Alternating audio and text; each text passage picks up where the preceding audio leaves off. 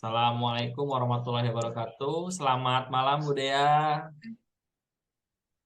Selamat malam juga Pak Arif. Ya, Alhamdulillah ya Bu ya. Hari ini kita bertemu walaupun dengan tatap maya, tapi mudah-mudahan tidak mengurangi esensi dari pertemuan kita hari ini, yang dimana besok Ibu akan melaksanakan sebuah observasi kelas untuk apa namanya supervisi akademik dan semoga Bu Dea tetap semangat dan besok dilancarkan dalam observasinya. Nah, sebelumnya saya akan menjelaskan mengenai tujuan observasi kali ini, Bu Dea ya. Jadi saya bukan berarti lebih hebat dari Ibu dan saya bukan berarti akan menggurui Ibu, tapi kita sama-sama diskusi mengenai pembelajaran yang akan nanti Ibu laksanakan di kelas. Jadi sebetulnya tujuan dari observasi kita besok yang akan dilaksanakan besok itu adalah kita akan sama-sama mengembangkan apa yang memang ada di anak-anak kita. Jadi pengembangan diri dari anak-anak kita dan ditambah hal yang mungkin nanti Ibu akan paparkan ke anak-anak ya. Sudah siap Bu untuk besok Bu? Siap Siap Bapak. ya. Semoga besok kita bisa bertemu langsung. Nah, rencananya Bu besok kita ada di kelas mana Bu? Besok kita ada di kelas 12 II1 Pak. Gitu. 12 IPS 1 ya. Oh, jadi besok kita akan di kelas 12. Sebelumnya boleh nggak saya bertanya mengenai tujuan pembelajaran yang akan Ibu laksanakan besok? Oke, jadi besok itu di kelas 12 I1 dengan materinya yaitu tentang pola hereditas ya. Tujuan pembelajarannya itu yaitu adalah menerapkan prinsip pewarisan sifat makhluk hidup berdasarkan hukum Mendel.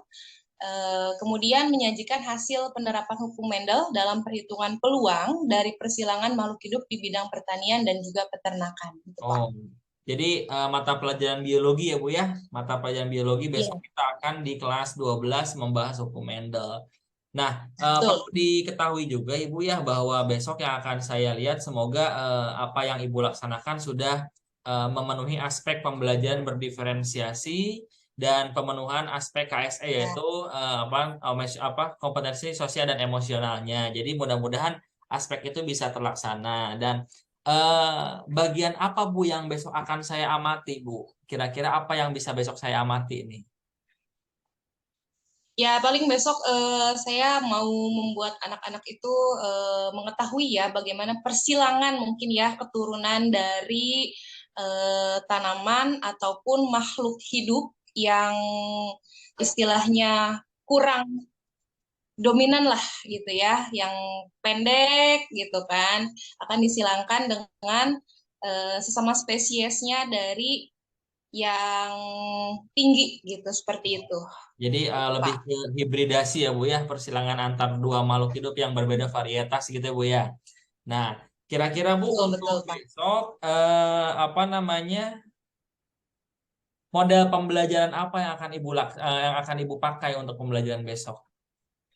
Oke, besok kita akan mempergunakan mode pembelajarannya dengan cara discovery learning, Pak.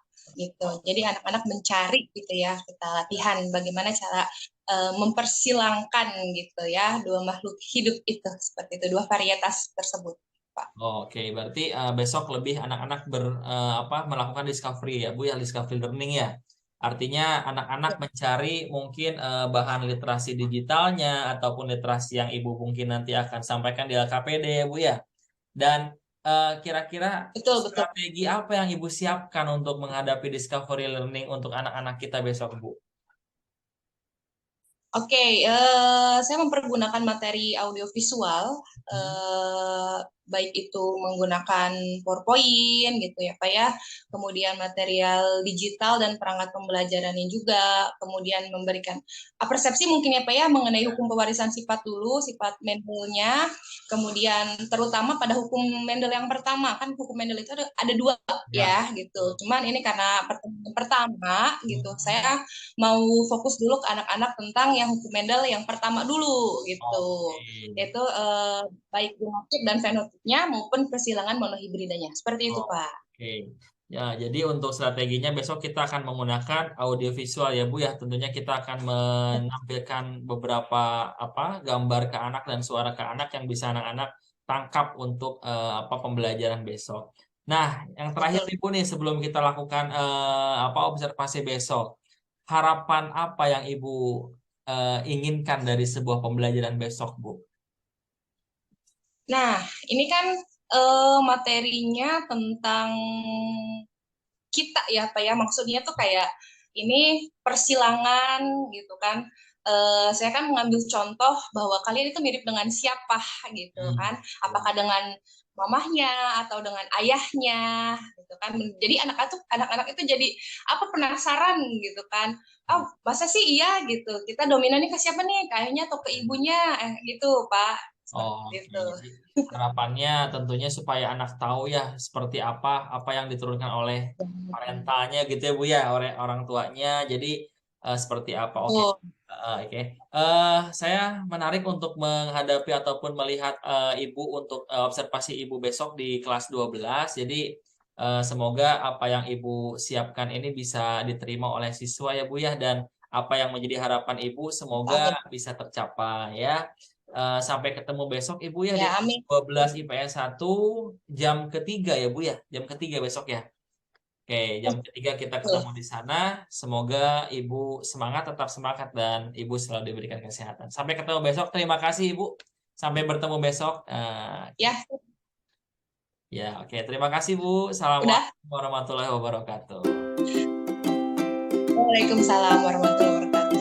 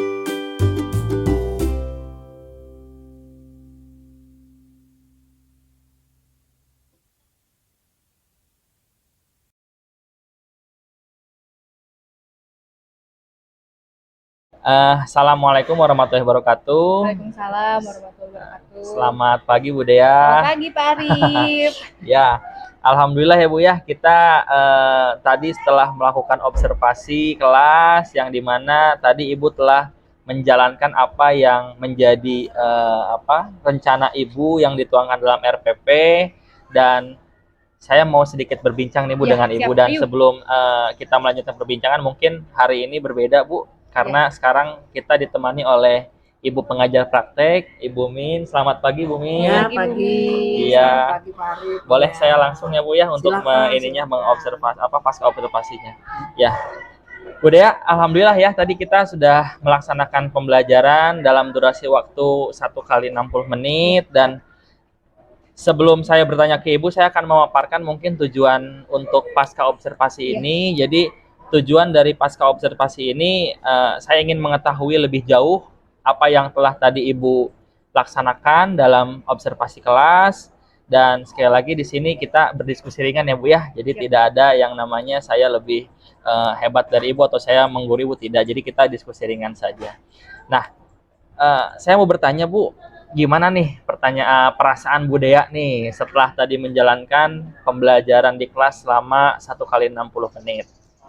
Perasaan saya senang ya Pak ya, gitu. Karena anak-anak antusias tentang materi ini, gitu ya. Mungkin mereka di kelas 9-nya waktu SMP sudah pernah ya diajarkan, karena sekarang diulas lagi di kelas 12.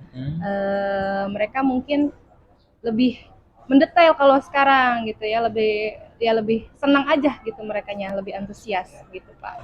Jadi mereka senang ya Bu ya. Iya. Kalau betul. murid senang berarti gurunya pun juga senang ya. betul, Pak. Oke.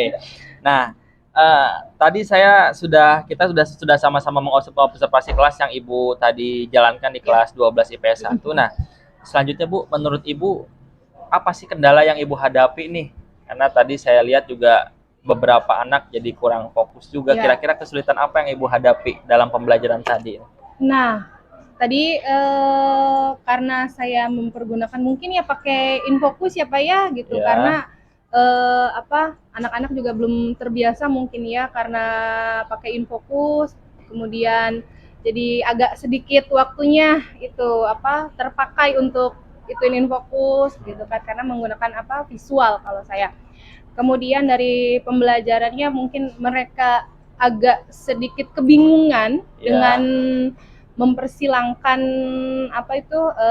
dua varietas mungkin ya Pak ya, jadi sedikit bingung lah mereka, belum terbiasa mungkin karena jadi baru pertama kali materinya. Itu ya kesulitannya Bu ya. Ya. Ada lagi nggak Bu selain itu kesulitannya Bu? Kesulitannya mungkin untuk mereka sedikit berisik mungkin ya Pak ya, karena kan per kelompok ya di ininya di latihannya begitu. Jadi banyak yang satu ngomong, satu lagi ngomong gitu, jadi ribut lah gitu. Oke, sepertinya.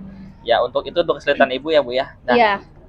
Menurut Ibu dari pembelajaran yang Ibu laksanakan tadi, presentase dari keberhasilan atau indikator pembelajaran tercapai? Waktu istirahat 3 menit tadi. Saya ulang ya Bu ya.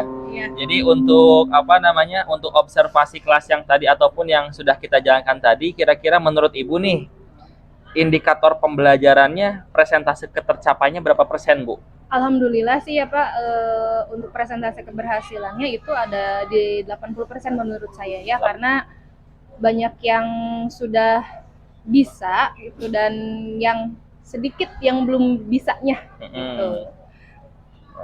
Berarti ada 80% ya Bu ya. Berarti masih ada ya Bu kekurangan untuk tidak tercapai semuanya. Iya, betul. Nah, kalau untuk masalah tujuan pembelajaran Bu, tujuan pembelajarannya seperti apa nih? Apakah tercapai semua apa gimana?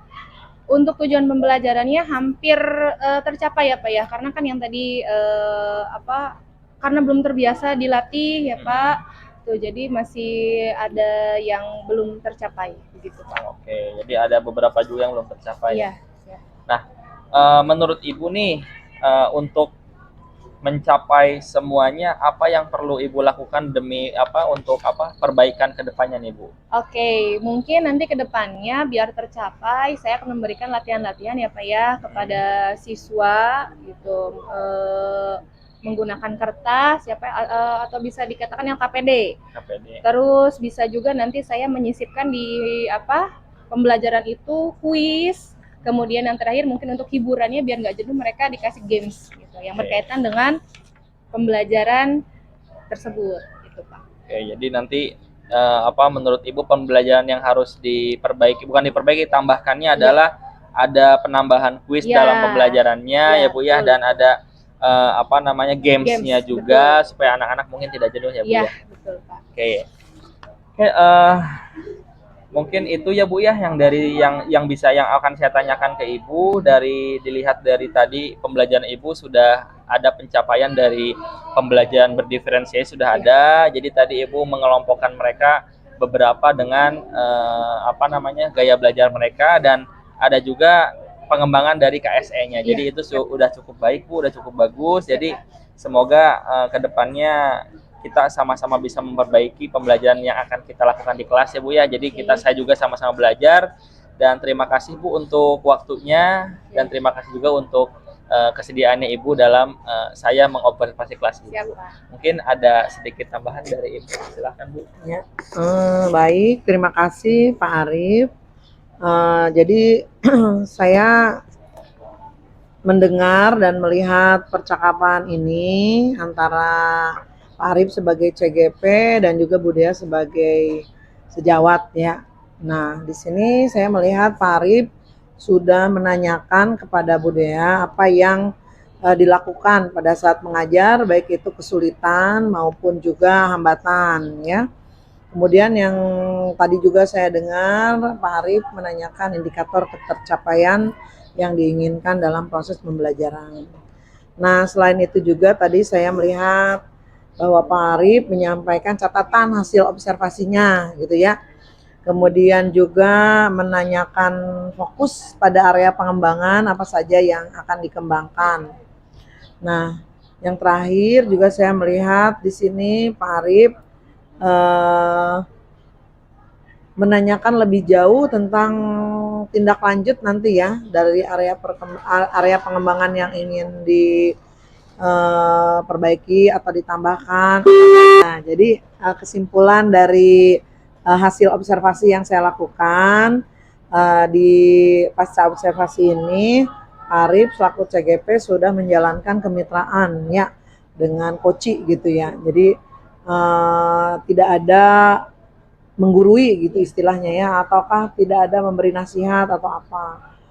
Kemudian juga selain kemitraan juga Pak Arif tadi sudah melakukan proses kreatif, diantaranya percakapan dua arah gitu ya dengan teman sejawat tadi.